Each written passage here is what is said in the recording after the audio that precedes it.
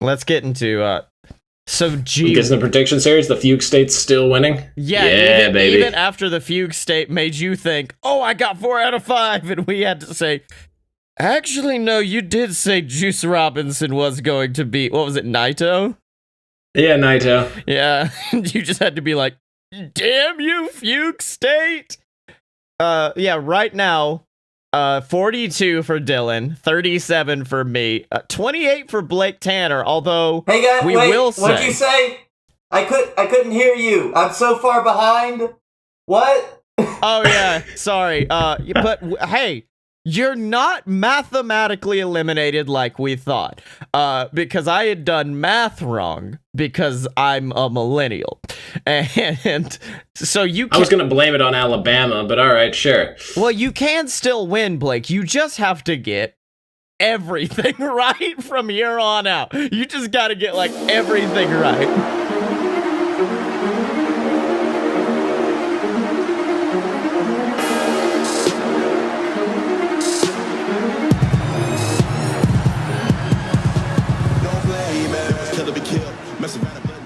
Welcome to Fight Boys, a show about professional and not so professional wrestling. I'm the unofficial 6th member of Retribution. You can call me Bone Dog, aka Scottye Moore. That's funny because it's me, Hollywood Blake Tanner, the 4th man.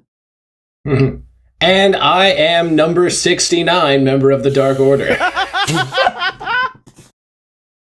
That's now the tweet. The tweet is now going to be, Dear Evil Uno, if I join the Dark Order, can I be number 69? I'm sure that didn't already happen 1,000 times. But yeah, sure, we'll go for it. If not, then you could be 420. You should tweet it at Brody Lee. That's way better. He just responds, what the fuck are you asking me? Why? So, SmackDown news, it was an episode, and they're probably stripping Otis of the briefcase, and the only person who says that's a bad idea is, in fact, Vince McMahon, so they're probably not stripping Otis of the briefcase. Great. I'm with you, Vince. 100%. Otis for life. Otis forever. Otis 100%. If I may, Blake. Otis's options of people to cash in on will be Randall Keith Orton, Drew McIntyre, Roman Reigns, or Jey Uso, or the Fiend Bray Wyatt, or maybe Jey Uso. Otis is gonna run over him like a steamroller because he's heavy machinery, baby. He's gonna dance a jig on their graves. So you remember back in like 2007 when Edge bragged about how he was going to take the briefcase, the World Heavyweight Championship with him, and then Batista came out, wrecked his shit, and then Punk cashed in? Yeah. Replace Edge with Randy Orton and Batista with Drew McIntyre, and that's the most likely scenario I can come across. Oh, boy, and you got John Morrison. Stew going there. That's a big, hearty who's John meal. Morrison going to cash in on? The Fiend? No. Fucking trade. Miz and Morrison get broken up, but also this week they give Morrison the briefcase, gets traded to Raw, then your thing happens, cashes in on Randy or Drew McIntyre, Jomo champion, big Jomo push. I will say also, I can't believe I didn't bring this up. Yeah, Jey Uso is unofficially a main event star now. They have 110% made Jey Uso a star in my eyes. I mean, if you can cut a promo, Us. I mean, he's been doing great on promos. He had a great match against AJ where he didn't have to just get the shit kicked out of him the whole time and still seemed like he belonged there. So I'm excited about where they're going with Jay. The rest of the show, garbage. I mean, yeah, both of the Usos have never been bad wrestlers. As a matter of fact, they're a really great tag team. But well, yeah. Seeing him do a singles guy is different. I actually prefer him as singles at this point because, like, don't get me wrong, the Usos are a great tag team, but they, like, ran out of room to grow. Yeah, they've done just kind everything. They have, like, it's kind of weird. Because some forever tag teams, like the Young Bucks or like Red Dragon, they like somehow keep it fresh. But like the Usos haven't been able to do that due to the constraints of WWE. I think the last big deal was when we got the Uso Penitentiary. And after that growth happened, stagnant.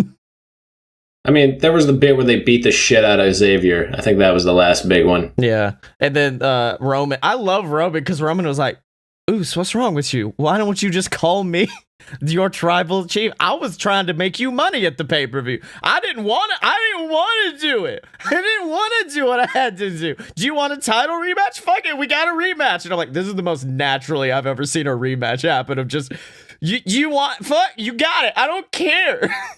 I'll give it to you. I want you to know that I am on your side as your tribal chief, because you did call me tribal chief. And you know what? That is a binding contract. Jay did not. Jimmy did. So like that whole promo but they're twins, so that's like the same thing. It is the same thing, yeah. They are the same person. As a matter of fact, Roman probably just thought that they both said it. I'm looking at the rest of the show, see if there was anything else. Oh yeah, KO is going to be fighting the Fiend, which, yeah, and also Aleister Black. Wait, what is that? You didn't see where Aleister Black fucking like black masked him on Monday? Oh yeah, I thought you meant like he was added to the match. No, he's fighting. Actually no, that would have been fucking phenomenal. I would pay good money to see Aleister Black versus the Fiend. Yeah, oh baby, yeah, that's gonna be good. But yeah, that's exciting. Alexa is continuing to become Harley Quinn, and I really like that. I will say, like, the promo is weird, but I obviously it has to be, of her just being like, have you been around him? It's intoxicating. Okay, Alexa, that's cool. Oh, honey. Yeah. It's a lot less southern than that. You're making it southern, makes it creepier. On to Raw, the only story that fucking matters. Mustafa Ali's the leader of Retribution. Fuck yes. I did like that after that happened, somebody made a Twitter thread explaining why all the members of Retribution would be in Retribution. Yeah. And it was at that point that I realized that I didn't dislike Retribution because of who they were. I 100% only hated them because of how they were presented to me, which was with stupid masks and dumb names. Yeah. Well, I agree. And also that bit where they threw a cinder block through an already broken window and celebrated like they had just won $1 million. Yeah, like I'd love. I'll never let that down. I'll never let them live that down. Other people will forget. I will never forget that. Oh, I know your propensity to never forget things, Dylan. We both know.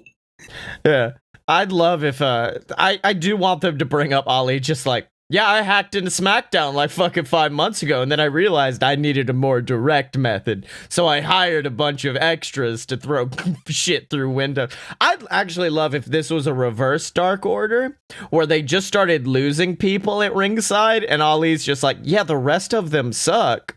You saw what it was like in the beginning, right? Those fuckers were nerds. Now it's just us. Had to separate the wheat from the chaff, man. Mm-hmm.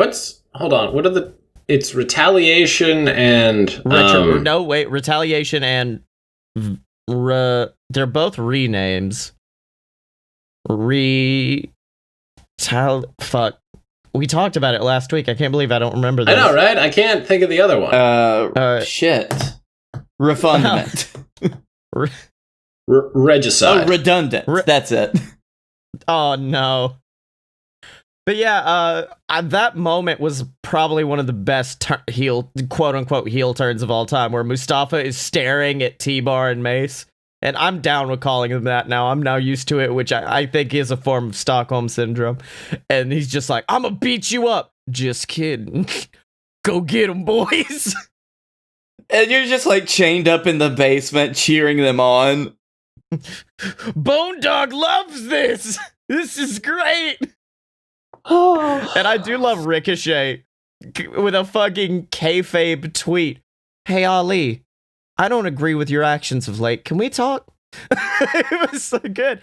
Although I will say that I think that wait, what the fuck? What is all this random news? I would love if Ricochet also joined them. because now that'll be 2 people with not dumb names, and then you could have the 5-on-5 Survivor Series. I'm sorry, you don't think Ricochet is a Chuck name? It's a name he's had all his entire life. Chuck Taylor didn't stop him. Right. But I want you to know, if his name was fucking like The Puma. No, it was like Xander like Richardson, and they changed his name to Ricochet, you would be acting the exact same way as you were with Slapjack. Wow, okay. So apparently some people are saying Mercedes may not be part of it anymore because she wasn't included in a tweet, but no, that's just because she's the one that is hardest to come up with a reasoning for joining Retribution, because like Slapjack was brought to the main roster by MVP, then thrown down. T-Bar got his shit pushed in, and Keith Lee did nothing about it, basically. Dio Madden stood up for everybody and tried to fight Brock Lesnar, then got replaced. Mia Yim got beat up constantly. Mercedes is like, yeah, I came to the roster, and then I fucking was great, and then Rhea Ripley beat me in a cage match. Like, hold on, you're kind of the one that don't belong here. I think it's more of a thing of like, she's a veteran and she's back and she's like, you fuckers overlooked me for like almost 2 decades. I'm gonna break everything. Yeah. Hold on, let me see. What's her name? I'm trying to see now I've got her pulled up. It was like a takeover name, because we joked about this, because it was Takeover Retaliation. Retaliation was her name. And then Reckoning was Mia Yim. That's right, Reckoning. It's just, yeah, people are saying like she might not be in it, but that's about it. Oh wait, apparently T-Bar unfollowed her too. What the fuck? Poor Mercedes. Yeah. Okay. You do you. Dude, that would be so sad. Like, she finally gets in something and they're just like, actually, no. Because I figured they'd have 2 females so they could go for the women's tag team championships. Yeah, and definitely win them. Especially with all this stuff, though, going on with, like, the new deals that they're having to be signed to, or that some people are supposedly being forced to sign or change over to, that involves Twitch rights and shit. I wouldn't want to do that. Yeah. Yeah. Oh, by the way, other Raw news. Asuka called Dana Brooke and Mandy Rose's Mandy tag team sexy muscle friends. And that's now kayfabe. That's now kayfabe. Let that be it. Let that be it. Oh my god. Can you imagine the t-shirts sexy MF? Oh yes. Shit. Yes. The sexy MFs, yes. Well, WWE will never go for it, but I just got done watching this week's NXT, and boy, NXT's championship is cursed, huh, y'all? First, you know what, man? You know what it's time to do? To the moon! To the moon, baby! Cameron Grimes. It's just like, well, apparently Balor's that I'm so used to Adam Cole having the title now that anytime I'm talking about the champion, I'm just instinctively like, yeah, Adam Cole's jaw got, oh wait, it isn't him. Adam Cole got his shit pushed in. Finn Balor's jaw is broken in 2 places, but apparently it's, according to old Dave Meltzer, it's not that severe. It's just, a normal jaw break. Yeah, they'll put him in a leather mask. He'll be fine. It's more like, it's a broken jaw, but if you see the things, it's just like there's a V-shaped crack. Like, if it had been like a full through the jaw break, then he would have been fucked. But like, if they just wire his jaw shut for a month, he'll be all right. That's good. So that happened. I mean, honestly, part of me is like, oh, it's cursed. And then the other part of me is like, oh, they made him fight Kyle O'Reilly is what happened. Because holy shit, that match was good. That match was fucking fun. I mean, we predicted it, but that match was phenomenal. So I have this weird thing. Okay, so, and I realized it more now that it's going on. So in the G1 Climax, there are, 5 matches a night times, 20 nights-ish? 18. It's like 100 matches. Basically, yeah. Of what is considered some of the highest level pro wrestling every year. As far as I'm aware, no one has ever been like, they've gotten minor injuries and like sustained injuries. No one has ever been like fully taken out of that except for a couple of times. Like every takeover, somebody fucking gets injured. And I'm really wondering if it's the WWE style or if it's the fact that everybody's just trying too hard. Because like Kyle O'Reilly never broke somebody's jaw in like all the years of Ring of Honor and PWG and New Japan.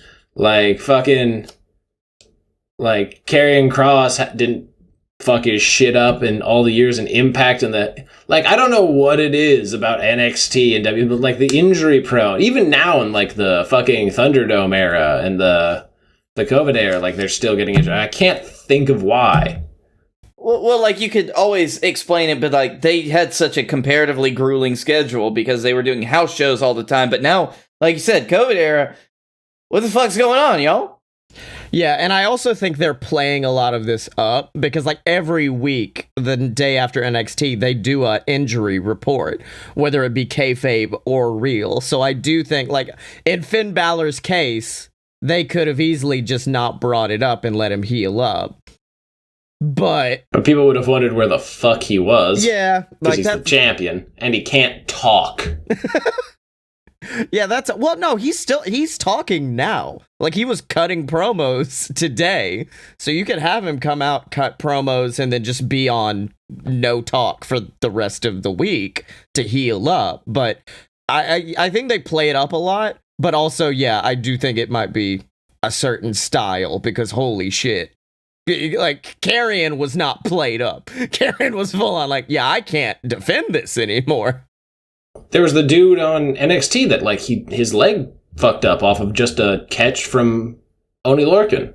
Ridge Holland, who just beat the fuck out of Adam Cole and was going into a storyline. But I will say, I don't think the storyline was fully Ridge-based, because... Oh, no. I don't know if you saw the worst acting ever from the rest of Undisputed Era.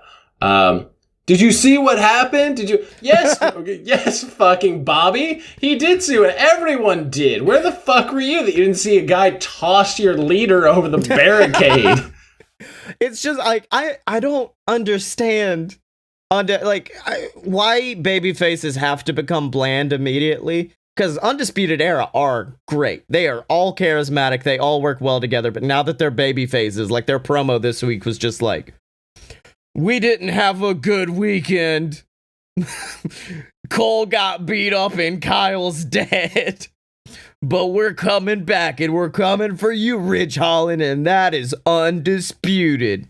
And I'm like, okay, whatever. But apparently Ridge Holland got paid to attack Adam Cole, is what they are saying. Because when they asked him, why'd you attack him? He goes, before I attacked Adam Cole, I did not have a Mercedes. I now have a Mercedes.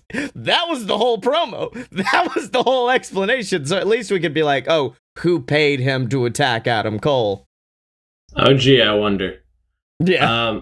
I feel like that's WWE syndrome. Because, like, fucking Ring of Honor doesn't even have that problem. Yeah. Like, AEW doesn't have that problem. Granted, there haven't been that many face and heel turns, but, like...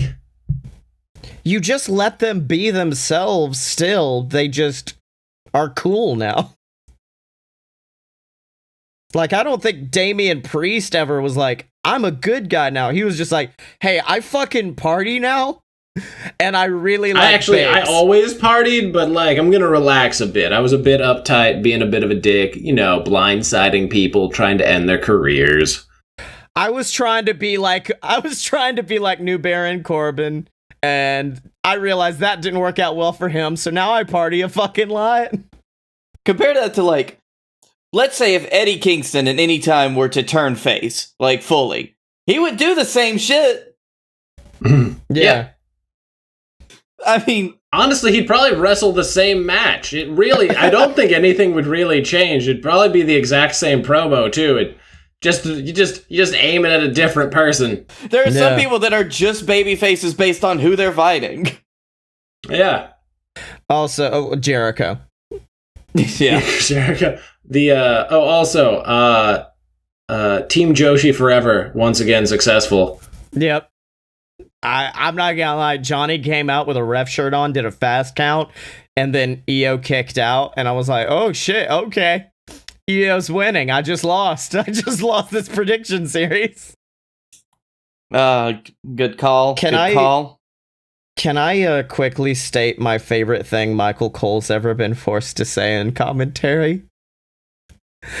And it is... Coming soon, October 26th, Hell in a Cell, brought to you by Skittles. Like, you couldn't get anyone else, Vince. You couldn't get anyone else to sponsor Hell in a Cell but Skittles. Taste the rainbow, throw the rainbow off into the tables below. You know what would have been better? Snickers. Yeah.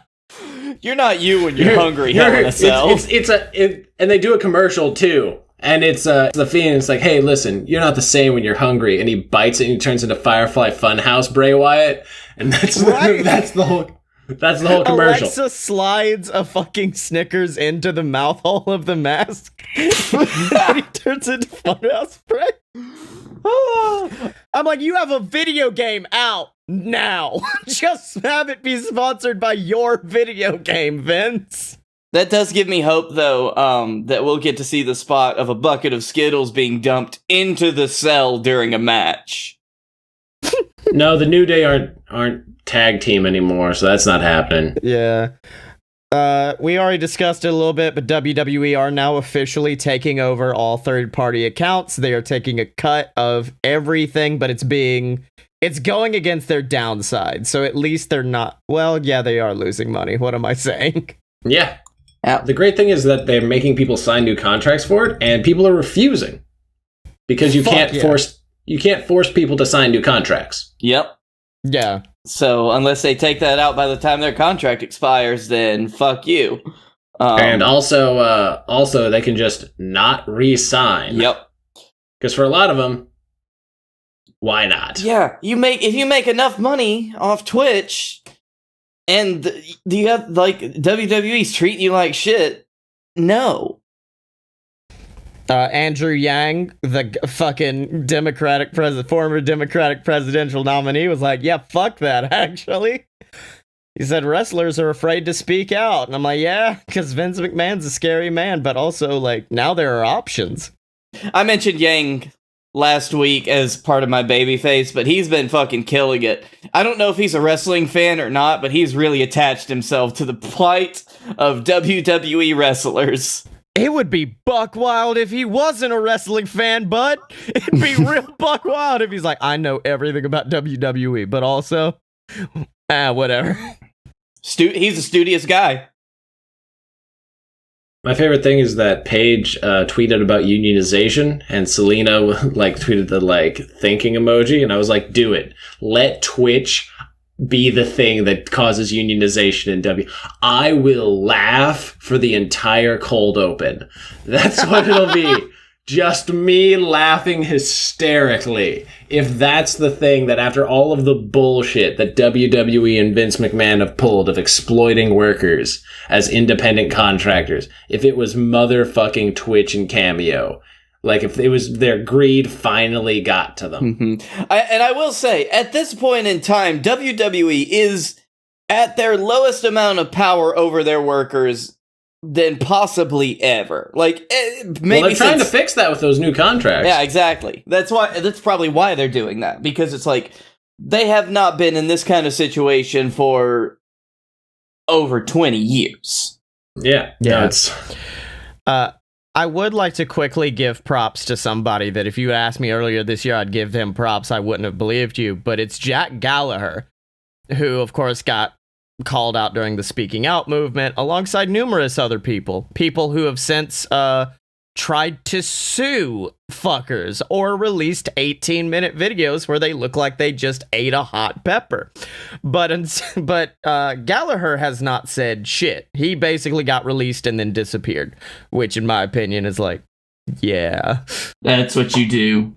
Yeah. But he finally has come back and he goes, following an allegation made in June 2020, I was released from my contract. I didn't release a statement then because it wasn't the right thing to do. I have now taken time to process what has happened and would like to respond. In 2014, I met a young woman and my behavior towards her was inappropriate. At this party nearly 6 years ago, I had drunk quite a larger amount of alcohol that night, unfortunately, and I do not recollect what happened. I wish to make it clear that drinking is not an excuse for what I did. I want to express my deepest regrets, and I'm genuinely sorry for the upset I have caused. Following the allegation, I proactively contacted the head of WWE Talent Relations to take responsibility, as I was aware that the woman who made the allegations and I had both attended the same party. I was then informed that this would be a breach of the company's ethic policy and is what led to my release from my contract. This isolated incident is not reflective of my behavior towards women. As a man, though, I know I can do better, and with the support of my wife, I've taken the time over the last few months to understand what I can do. But this is not about me. It's about the women that come forward as part of the Speaking Out movement. I will continue to support women and this movement to the best of my ability. That's how you fucking react to it. That's what you do. You pay penance. You grow. You become a better person. Fuck. To be fair, of all of the people named in that, Jack Gallagher from that tweet is the only one who wasn't actively horrible. Right? Everyone else actively, David Starr, actively horrible. Like fucking Travis Banks, actively horrible.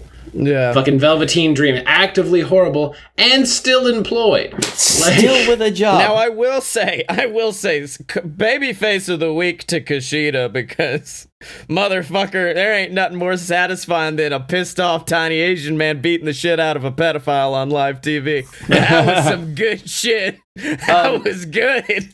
Did y'all see, there was an interview, like a response that Triple H had to Velveteen Dream, just kind of off the cuff, where he said, like, I can't remember exactly, but his immaturity has gotten him into a lot of hot water. Yeah. Oh no, his immaturity is getting in the way of his career. And everybody was like, I don't know if that's how I would phrase pedophilia. I don't think it's his guys, I don't think it's his immaturity. I think it's the immaturity of the people he's DMing on Instagram. Yep. There was that tweet you shared earlier with what's your earliest WWE memory? It's like, nice try, Velveteen. On to AEW news. Firstly, holy shit, obviously it's the anniversary show, but they are packing it to the fucking gills. Archer versus Moxley, FTR versus Best Friends, Cody versus Orange Cassidy, I guess. But they're like, everything we can do, we're doing. Is Sheeta got a match? I don't believe so. Honestly, this is where I would have done the Sheeta Thunder Rosa rematch. Let me see. And then also MJF is probably going to either join the Inner Circle or beat the shit out of Cody Rhodes. Or beat the shit out of Chris Jericho. He could beat the shit out of Cody again, but that'd be great. Right. I'm making an announcement. I'm going back 5 months and beating the shit out of Cody again. I don't know, man. Watching Chris Jericho beat the shit out of a clown almost made babyface of the week. There was a genuine fear in my heart when I saw that wig, and I said, did they fucking put Frank on AEW? Because if they brought Frank to AEW, I'm going to be very upset. But instead, it was a normal clown, but they still beat the shit out of that motherfucker. That's the best Judas effect ever. Really. Right? Best looking Judas effect. Because that clown died. I watched a clown die on television. And, like, I'm okay with that. Yeah. Because clowns. But... All right, let me see. Okay, we have to read this whole thing, and I know I've already read something, but fuck. The Hangman Page press release after it was announced that he joined that tournament is the best thing I've ever seen.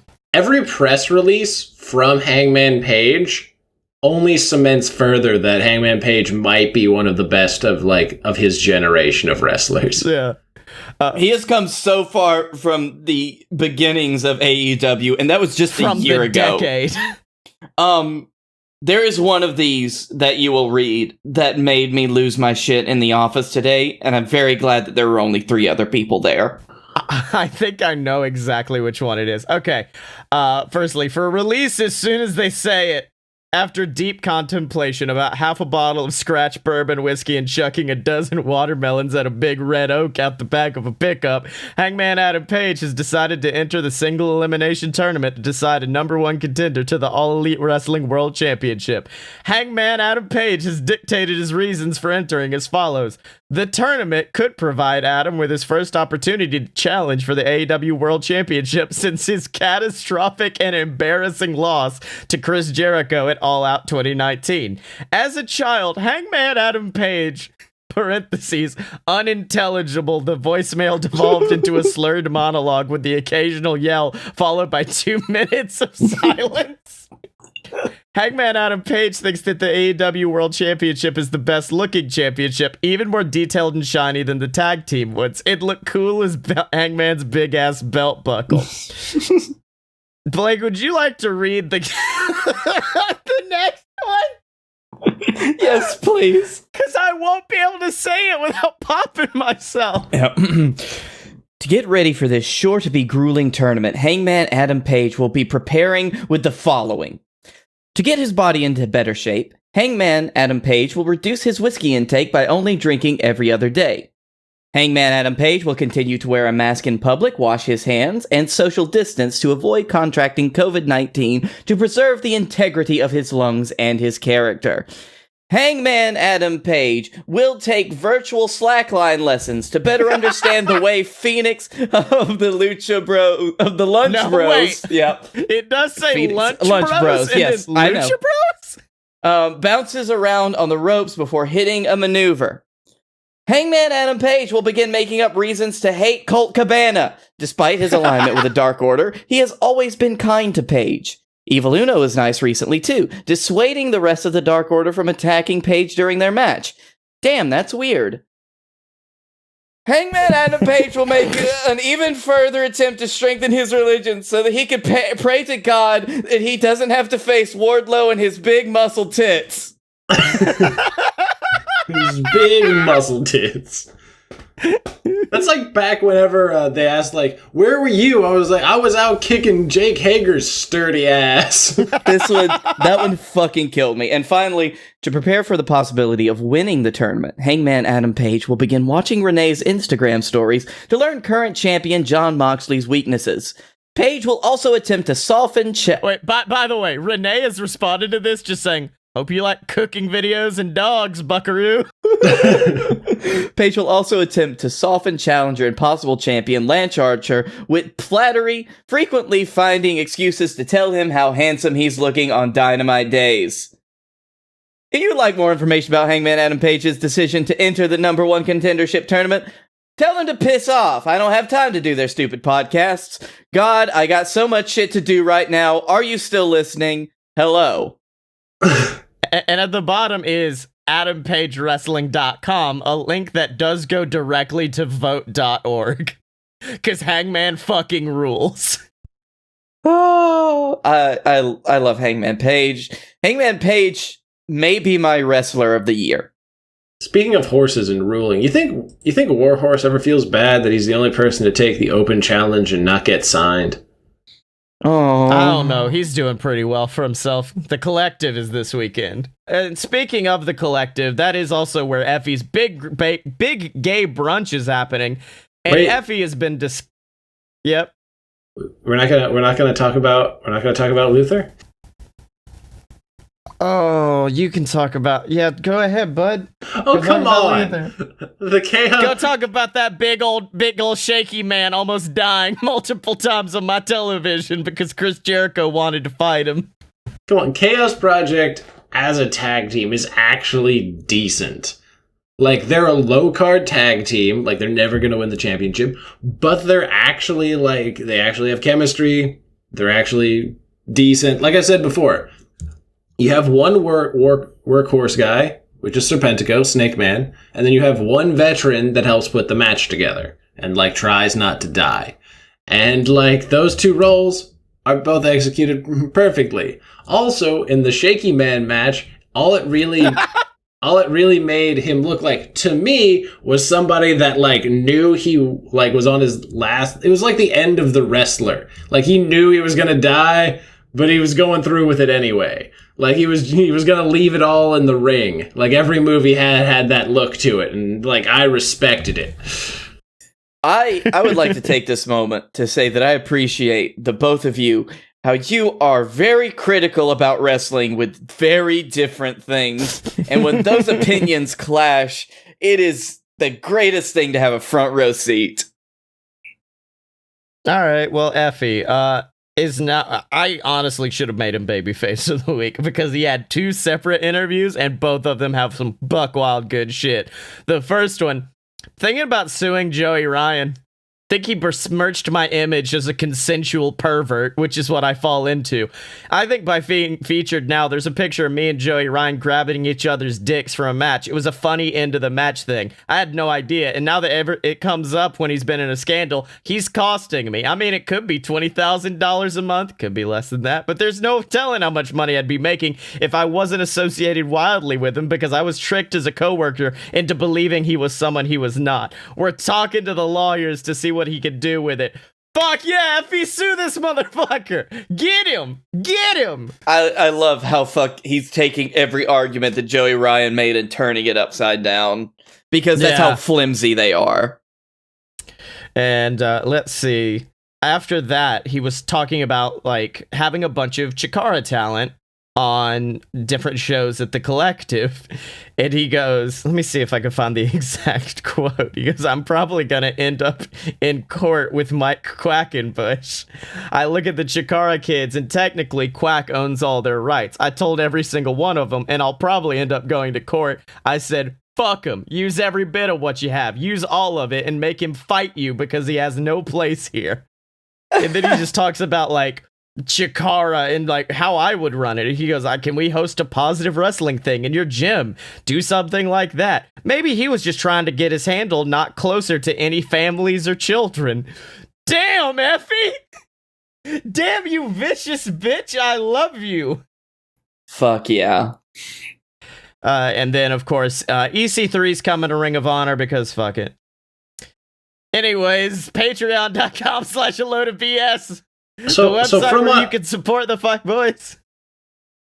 Come on, the ROH Pure tournament has actually been decent. Like, oh really? I haven't seen any of it because reasons. Why do you? I was like, why are you passing judgment on a company you know nothing about currently?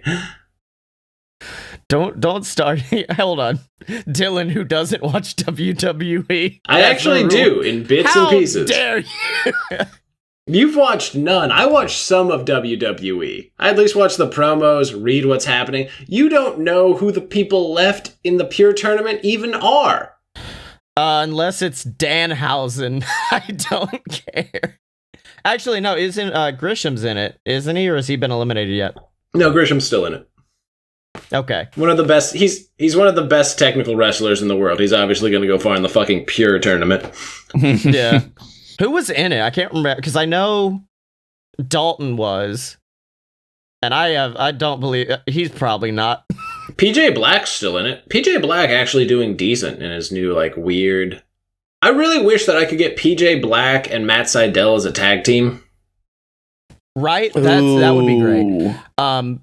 PJ Black, by the way, biggest change from a person from what they looked like in WWE to what they look like now, because he went from like young high flyer sexy boy to ancient shaman who will put a curse on you if you beat him in a match. Yet still has the same level of actual talent. Right? Anyways, patreon.com/loadedbs, the website where you can support us, get access to exclusive content like Wrestling History X. Fuck, please give us money. Please. It's not that expensive for us to host things, but we do need money to help host things. And you can get it at Patreon. You know what, Ghazi? You haven't re-upped yet. Go fucking re-up, you piece of shit, at patreon.com/load of BS. Dylan, who are we annoying? Oh, we're not. Are we gonna do ask Brody to be number 69? Yeah, do it. Okay. Jesus. Hey, at this Brody Lee, can we join the Dark Order? And can we be Can we join the Dark Order as the official podcast of DO? And if so, can we be number 69? Hashtag, please don't throw papers at me. Hashtag, throw papers at only Scottye. Hashtag, throw papers at Silver. At John Silver. Okay, now on to our heels and baby faces. I'll start with my heel, because my heel's pretty basic, but having to watch wrestling every time it airs is, I'll just say it, the fucking worst sometimes. Because sometimes I'm like, fuck yeah, I get to watch NXT. Oh, hell yeah, Dynamite's tonight. Oh no, I gotta watch Raw. And that means sitting through an inappropriately large amount of 6-man tag team matches. And I've made this clear on my reviews, but I understand the impetus behind this, WWE. Well, we want to continue multiple storylines. We want to start a Rude and Ziggler versus Street Profits rivalry. We want to continue McIntyre versus Orton. And clearly we don't have enough time to do all of that in 3 fucking hours. No, man, we gotta get commercials in there. So let's put them in a 6-man where you don't get any enjoyment, where none of them look better coming out of it. And so that happened. Then we had Asuka, Dana Brooke, and Mandy Rose versus Bad Guys. And that happened. That was garbage. And then with the Hurt Business, it's a 6-man every week. I can't with these fucking 6-mans anymore. It's their laziest excuse for getting a bunch of people on screen at once. Like, Mike Quackenbush, who I've already said is a shithead, once famously said, to me, wrestling, every wrestler is like a color on a palette. And if you do a multiple man match, that means you've got numerous colors to paint with. And that's true. Sometimes you can build a beautiful piece of artwork with even 10 wrestlers. But sometimes, and more easily, if you add multiple colors to a canvas, it turns doo-doo brown. And that's what happens on WWE television every week, is they're like, let's put a bunch of people on the screen, doo-doo brown for the next 15 minutes. It must be very depressing for you to then have to watch, like, AEW, where they've almost unofficially built a trios division. But at least there's a reason, right? Like, at least in that case, there's a reason why, like, Hybrid 2 and Kip would have hung out. They were, like, that was understandable. Drew McIntyre and Street Profits ain't never hung out. Like, we don't see them hang out outside of the ring. How do you know that Drew doesn't want the smoke? I will be honest, there was a moment where, like, before their match, the Street Profits cut a promo. I don't know what they said, but it was good. And then Drew walks up. I'm gonna take out Randy Orton. And I'm like, please have a red Solo cup. At least something. Like, because I think the only time this has worked is when heel Seth Rollins was with heel New Day. Because then they were just backstage doing funny shit constantly to show their alignment. The captain. Don't just put Asuka with Mandy and Dana. But sexy muscle friends. Sexy muscle friends did happen from that. All right. Blakey T, would you like to go in on your heel? Because you know we're going to be ranting about Dylan's. Yes, and I will try to keep it brief. As part of a moratorium for something beautiful that is no longer with us. You see, in the year 2017, a great series was released. That's something that fans of popular television series and wrestling could get together and enjoy at the same time. And it was called Glow. It was a Netflix original. And it changed hearts and minds, made us love and laugh, and now Netflix canceled it. Blake, have you watched Glow? Yeah. Okay. I love Glow. That would have been the best fucking punchline to this. Blake has never seen Glow. No, I was so He never saw the Big show, but he wanted that to continue. This is Netflix's war on wrestling continuing. Big show, and now this. Fuck, you're right. They're trying to they're trying to silence the wrestlers. They're trying to silence the wrestlers, man, to the point that fans of the show and many of the wonderful actors that they have taken to social media trying to get the show saved. I can understand that, trying to save your job, but it's also such a great show too, and I think it's a great experience that most of them had. I feel bad for Taya Valkyrie because she got cast for this season and like it shot things. Oh yeah. They brought in and they Kong. brought in wrestling talent like to be actual characters, like you said, like Kong, and it was great, man. I fucking loved Glow, and I'm sad. They took away Kong from the Nightmare Collective to do Glow, and now we won't even get it. Man! Fuck Netflix! Netflix, you're my heel. I only got like one. I only saw one episode of Glow. I was like, it's alright. It's pretty good.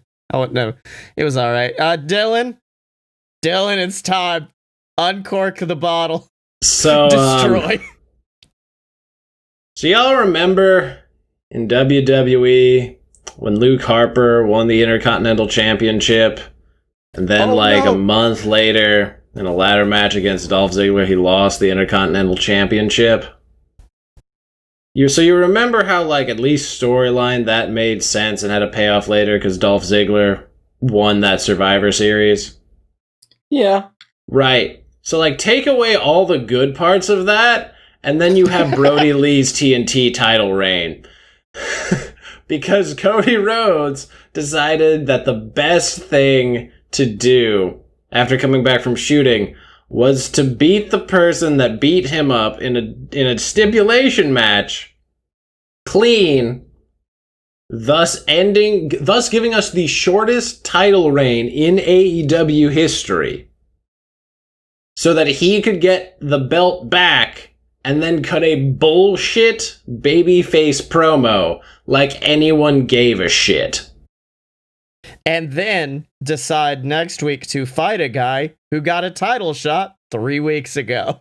No one else, not Darby, no one else. Cody can have a great match with Orange again. I kind of hope Orange beats him. I kind of hope that this whole thing goes sideways. Yeah, I'm hoping that there's more to this story. I'm hoping that there might be like Cody actually turning heel next week and then pulling but I'm doing it for the fans thing. So here's the thing. I don't know. I thought it over, and all of the long-term things, like the consistent things that are wrong with AEW, are directly related to Cody. Nightmare Family. Yeah. The Nightmare Family, the Nightmare Collective, the TNT title match the first time, all of the overbooked TNT Championship defenses, and now this. So, like, everything that has consistently been a problem, every overbooked match, the MJF match, like, everything. The only consistently bad thing in AEW is unfortunately one of their EVPs. Yep. I'm so happy Tony stole that book away from Cody. I was like, I still don't know where it is. We're just going to have to wing it this week while quietly handing scripts to everybody from behind his back.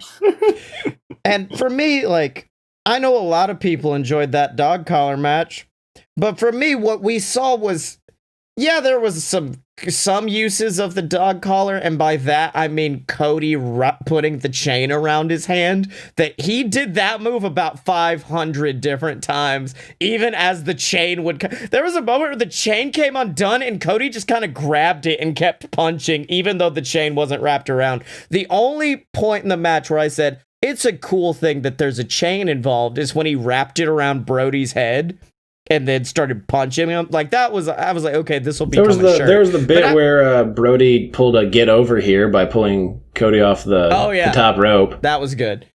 But for the most part, it was just an Extreme Rules match. This was Cody wanting to pay tribute to the past, wanting to pay tribute to one, and like in some ways that works. Like what the moment of greatness thing FTR is doing. That's a very old school NWA AWA kind of thing, and it works. This was an Extreme Rules match where, hey, by the way, there's gonna be some slippery steel in between you constantly, and you will trip. It's not a try not to, you will trip. Like, Brody hit a super kick and just fell pratfalled in the middle of the match. Yeah. And I'm trying, because there was a lot of bullshit that I did not like about this fucking match, including them doing the best spots during the commercial break. And then, like, anytime they fell or took a bump, they'd have to kick their legs like newborn babies to try to escape from the dog collar wrapped around their legs. To me, a dog collar match, and I said this in my review, needs to have viciousness to it. It needs to seem like a shoot fucking fight at some point. This had way too many of the grandiose trappings of professional wrestling around it, which I guess is because Cody Rhodes was in it. Replace the word professional wrestling in that sentence with Cody. This had all of the grandiose markings of Cody. Yeah. And then you just kind of go from there. I will say this. There was one moment where Brody got up and signaled for the clothesline, and I'm like, no, no, bud, don't do that. You're 500 miles into this match. You don't need to tell us what you're doing. Just do it. Kill him. But yeah, no, that was Crossroads. Cody wins. Fuck him. Yeah, no. Yeah, so that was some bullshit. No one I know of. Cody like may that. have the distinct honor of being the only person to be the top babyface in one year and then top heel in the next year. Yeah. And it's strange to see how he's changed, because, like, the reason that we started to love Cody in 2019 was his match at All In, which is probably the best thing he's done in AEW by far. Double or Nothing. Double or Nothing, that's what I meant. But, like, I don't know, that promo he cut before the match with Jericho is probably my favorite thing he's done so far. His book, A Lion's Tale, which you can get on Amazon for $3. Oh, yeah. That's probably my favorite thing he's done, is that promo. He's also had some good matches, but, like, his storylines have just never really got up to it. Which is why, like, there's a part of me that's like, okay. And this has only gone wrong on me once. Unfortunately, it was also something involving Cody's family. But anytime I'm very upset with AEW with something, I give it 2 weeks. And then if by 2 weeks I still feel upset about it, then it's legitimate. Like the Best Friends not winning against Hangman and Paige. 2 weeks later, some other stuff happened with the Hangman Omega storyline where I was like, okay, fine. They have 2 weeks. If in 2 weeks Cody doesn't do something that makes me feel like justified that the fucker has this belt, then so help me God. Yeah, in my review notes, I literally wrote in all caps, y'all motherfuckers better have a good damn reason y'all did this. I mean, I'm at this point, I actually do trust them. I'm just like,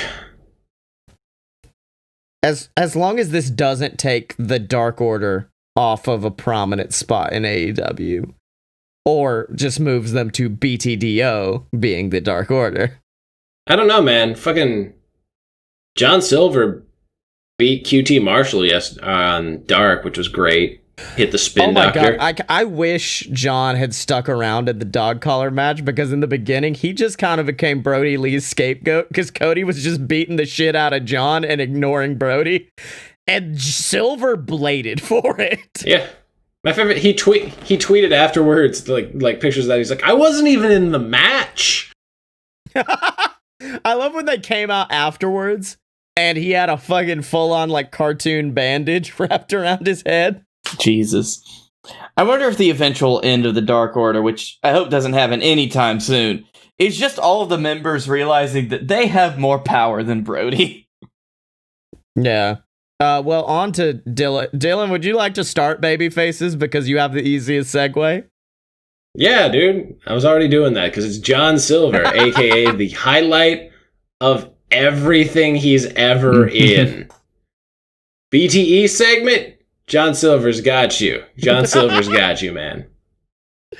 Fucking him in 5 this week. He's just like, I hate listen, you. Listen, I know you don't like me very much. No, you're horrible. Listen, I need you to get your head out of your ass, wipe the shit off of it, and get it together. The bit with the bit with 10 where he's like slapping his pecs, being like, "Look at them titties." Want to get milk Just out of being that. creepy. Johnny thirsty. And my favorite, I don't think Brody knew that was happening, because as Brody came in, he's like, I wasn't even like coming in for a bit. Like, what the fuck are you doing? And he's like starting to corpse a little bit. Yeah, no, then there was the match on Dark against QT Marshall, which was actually a good match. Like, granted, he got the win through assistance because, Dark Order. Dark Order. But they were talking about how he had earned enough respect that he doesn't have to wear the stupid mask anymore. And, so you get to see his pretty face. But, like, there were times where he was beating the crap out of QT, and Evil Uno was there. He was like, high five.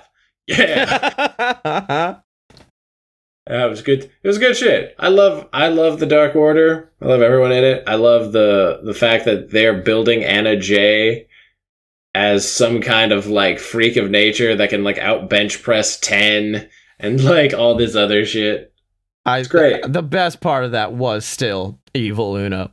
This was for you, Atar. I love you, Biggie. Oh shit! All right, Blake, I'll fucking do it. Blake, would you like to show the audience why you're now Hollywood Blake Tanner with your baby face? I'm Hollywood Blake Tanner because my baby face this week is just a continuing saga of Hollywood Batista. No.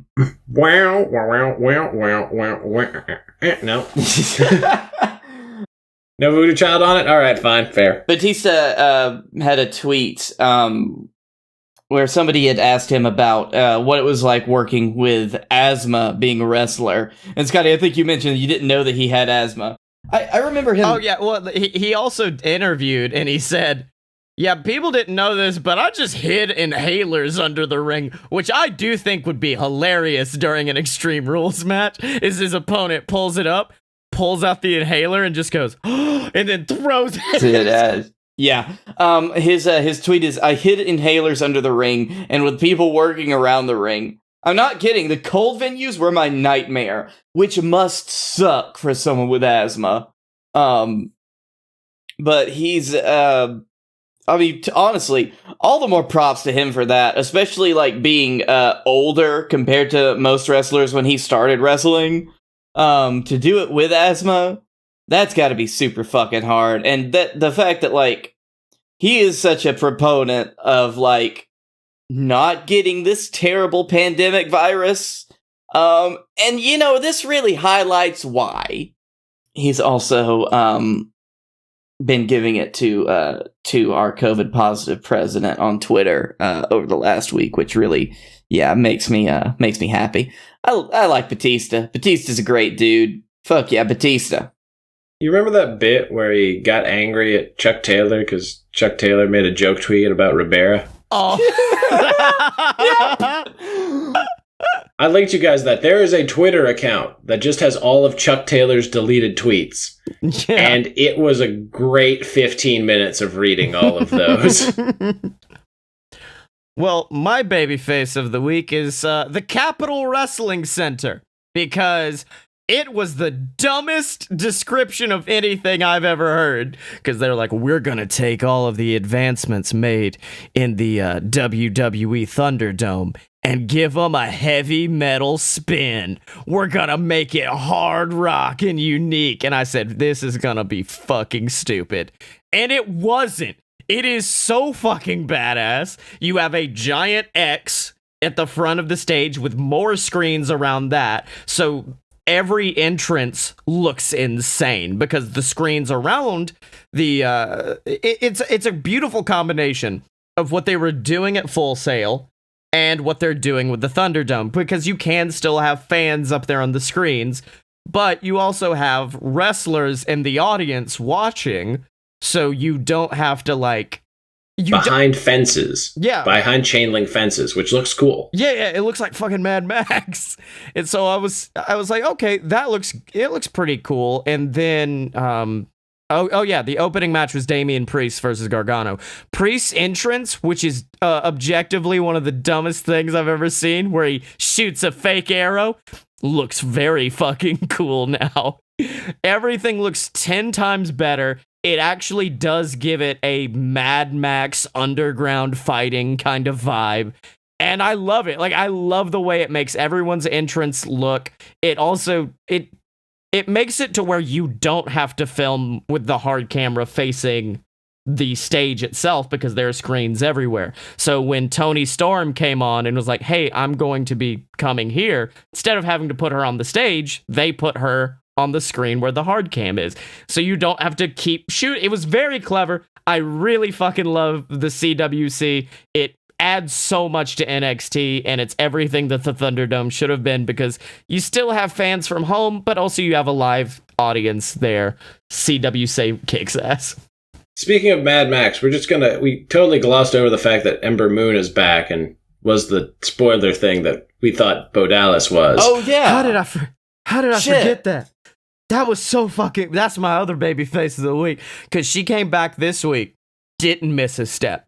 Also, she's made the Eclipse a lot less hard to botch, because that was a Starship Pain kind of move where, 1 out of 2 times it's going to look really good, but also you could fuck it up. Instead, what did she do to it? I didn't see that bit. Well, it used to be opponent facing away in turnbuckle, jump up, have to do a corkscrew over them.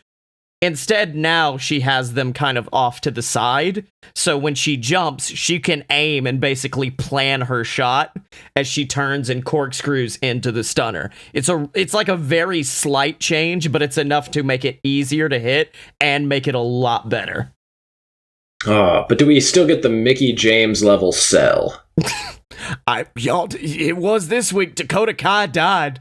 Yep. Dakota Kai, Stone Cold got murdered. I also will say with the Capitol Wrestling Center, I think this is the next evolution of WWE experimenting with augmented reality, and it's gonna get more buck wild. More than the floating sandals of Matt Riddle? How is it? Where's the augmented reality coming in? Just adding all of these screens and stuff. I think that's the next step in this evolution. I wouldn't because now you can do it anywhere. Yeah, I wouldn't consider that augmented reality as much as just having some screens. For me, augmented reality is when you have that big horrifying statue of Roman Reigns just at the beginning of all of his entrances. No, I think they'll start fucking around with them, though. They're not going to start adding 3D images into the screen or into the hard cam anytime soon, but I think it's a good step in the right direction. Yeah. Well, on to our final discussion, and it's going to be very short because I'll be honest, I just kind of want to watch this movie, and I needed to come up with an excuse for something for our closing discussion.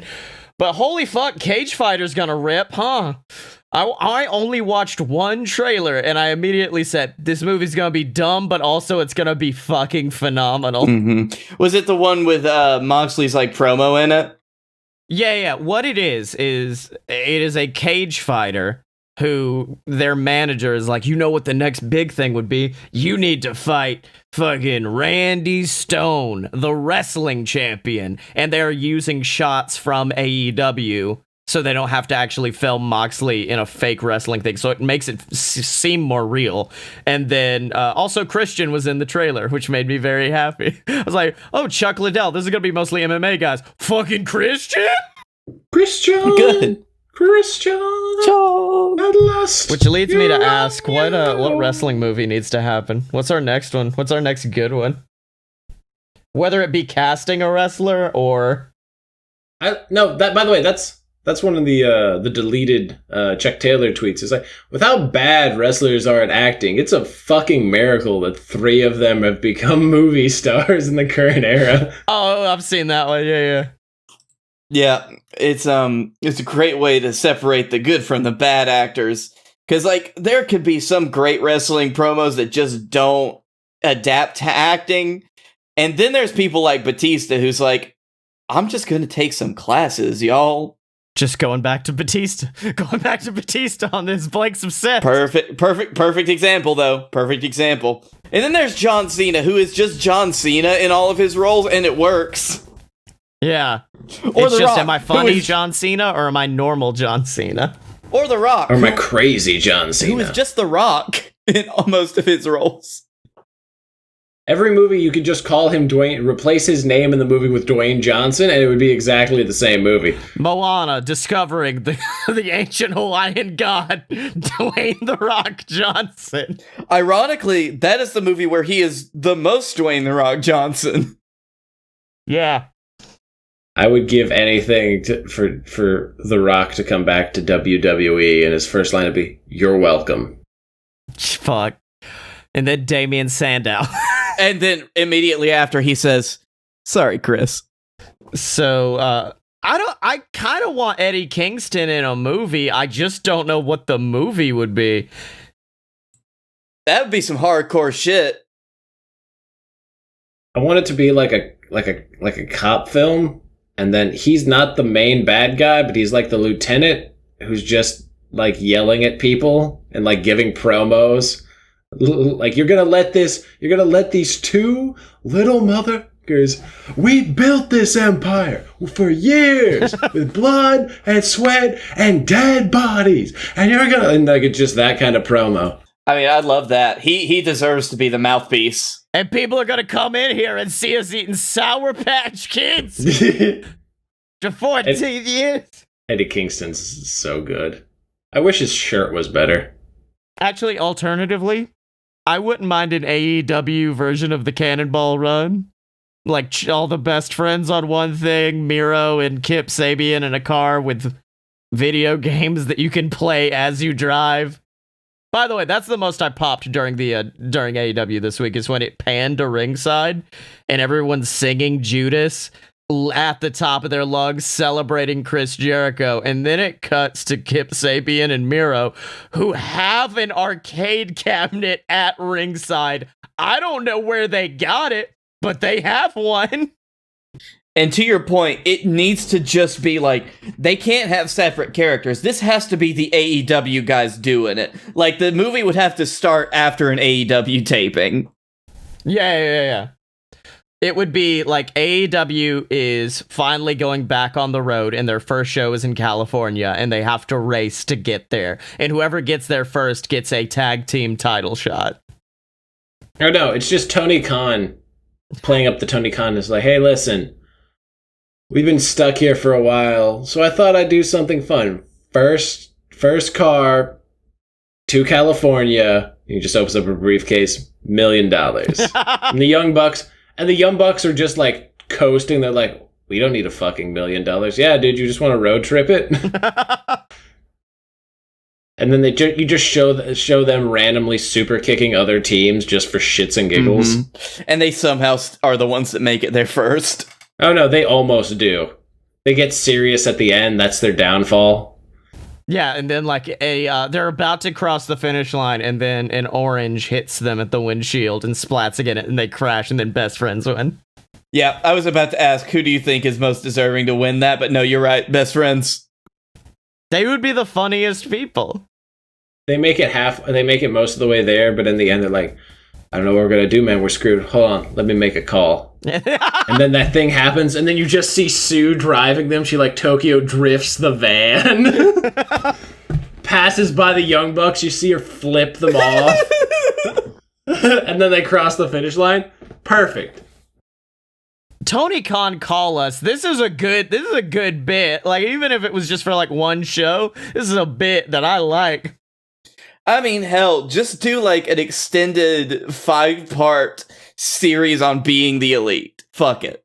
To get to California, their new home. All right. Well, what did you boys learn this week? God, what did I learn this week? Dylan, go. Dylan, go. All right, fine. I learned that the members of the Dark Order have somehow managed to suck the talent out of Orlando and inject it into Jacksonville. I learned that no matter what role you put him in, babyface, heel, tweener, Eddie Kingston is still gonna build his empire off of dead bodies. And I learned that Blake Tanner loves Batista so much. Where can people find y'all on the internet? You can find me at Blake A. Tanner on Twitter. You can find me at The Darkroom Vidya on YouTube. And you can find me here on the BS Network every single week. I thought you were about to say you can find me at BatistaFan32 on Twitter. Well, no, he has his Instagram. How big is Batista's dick? You found me out. Listen, y'all. That bounty's still up. $500 to the person that gets the real pick. Scotty, I want you to. I know what we're sending. We're sending Blake for Christmas. We're just gonna send him Batista t-shirts. Oh no, I'm gonna find a full-on cardboard cutout of Batista and just ship it. I'm just gonna leave it like right at the front door. So one day my roommate walks into Batista. Yeah. I thought you were gonna put it right behind you next to your bed so we can watch you as you sleep. I can move him. Batista watches over me. I'm gonna put him behind me so like you guys get to see him too during the recordings. Oh, good. So his dick's right next to your head. Yep. That's how big it is. You can find me on Twitter at Scottye Moore, SCOTTYEMO, and check out all my other podcasts at AloadedPureBS.com. And if you only listen to us as a podcast, check out the Fight Boys YouTube channel for JWF Monday Night Edition, JXT Wrestling, Developmentally Unstable. It's a big fake wrestling world we've created all our own, and you can get that on YouTube. Boys is spelled with a Z. Always spell boys with a Z. Special thanks to our good friend Megaran for our entrance music, Fighters. Be sure to check out Megaran and all his endeavors, including his own podcast, Matt Mania. Those guys are really cool. They did a podcast with us, twice, even though they, A, didn't know who we are, and B, decided to bring us back, even though they then knew who we are. Thank you for swooshing me on that. And Random Encounters is his other show he's got too. And Kenny Omega was on Random Encounters. Check that out. And as always, you can find us at AloadedPureBS.com. Step up to the merch table at merch.AloadedPureBS.com. Find us on Facebook, donate to the Patreon, subscribe on YouTube, and remember to follow us on Twitter at Fight Boy Show Brody Lee. Because when you're a fight boy, you're a fight boy for life.